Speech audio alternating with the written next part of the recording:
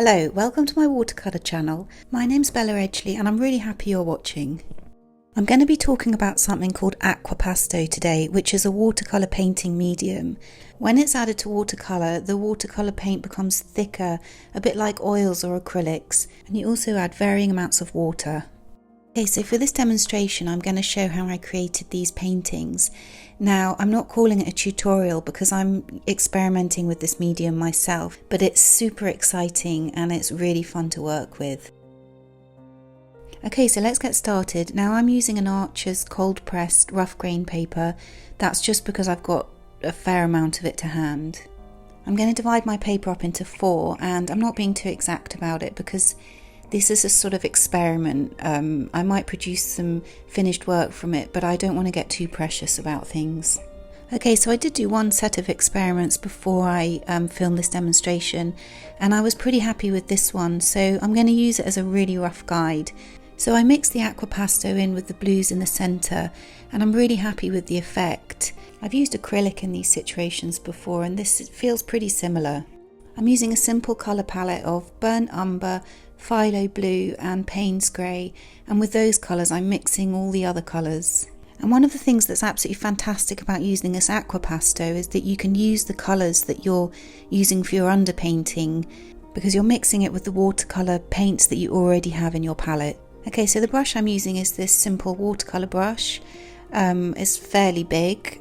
Doesn't really matter what brush you use, and I've got a palette knife here which I'll use to apply the Aquapasto, and here is the Aquapasto. That's Winsor & Newton. You can get other brands, for example Schmink, or is it Schminkel does one. Anyway, let's get started. I'm going to be starting with my underpainting, which I'm really being quite experimental. I'm trying to keep the colours a bit stronger towards the centre. I'm vaguely using the first painting I had as a guide, but I'm also trying to move away from that a little bit to see what happens. I'm not overworking the paints when I put them down, and I'm also bearing in mind that they will dry lighter. I have several mats with cutouts in my studio because I know that I'm going to be cutting the edges off these paintings, so I'm constantly using that to see what the compositions are looking like. And another thing that I'm doing is I'm using the end of the brush to put some lines into the paintings just to add a bit of interest. I did actually end up spending longer on these underpaintings than I intended to, so I'm going to speed the video right up, and I'll start talking again once I apply the Aquapasto mixed with the watercolour paint.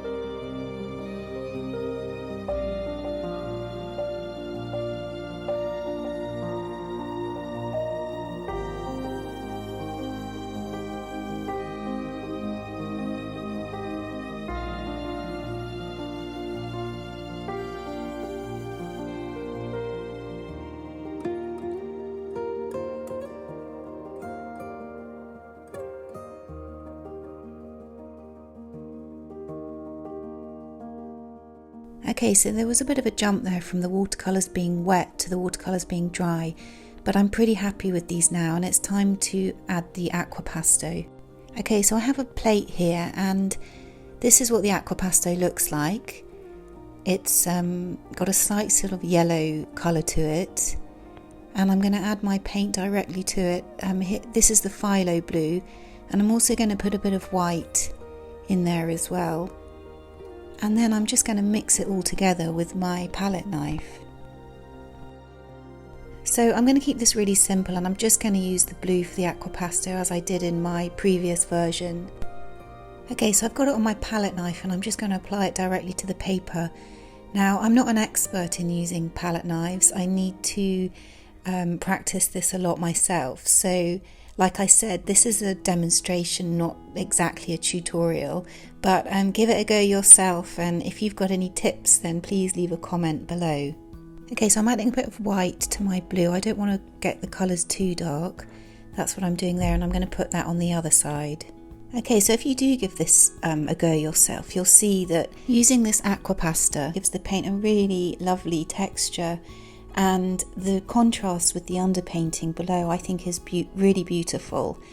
Now you can also add water to the mix, and I do that later on, and then I apply it with a brush, so you don't have to always use a palette knife. You can use a brush to apply the Aquapasto and watercolour mix.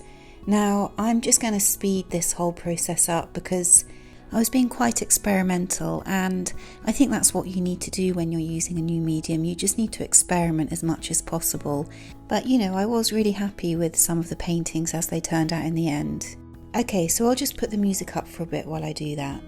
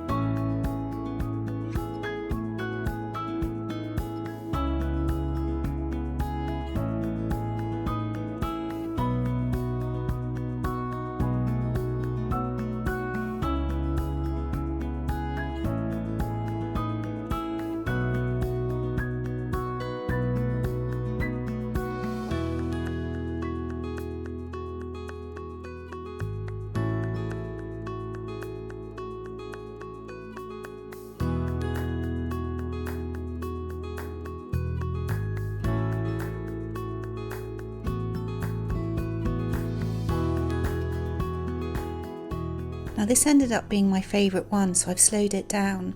Now I love the contrast of this thicker paint on top. I'm not quite happy with this orange underneath, so at this point I watered down the Aquapasto and watercolour mix with water, and I applied some of it with a paintbrush underneath. And so as you can see, it is possible to blend it in this way. And the other thing that's fantastic about this painting medium is that you can then scratch some lines into the surface, so you know, this really does make it more like an acrylic or an oil and less like a watercolour.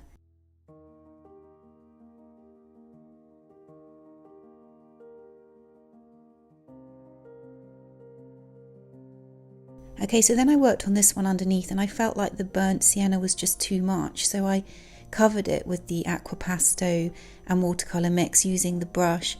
And we are getting to the end of this demonstration, so I will cut parts of this painting out. So because I was covering this colour, it ended up being more of an experiment of blending the Aquapasto and watercolour with water and using the brush. So as you can see, I mean, there are so many possibilities with using this medium. With a palette knife, with a brush, you can scratch into the surface.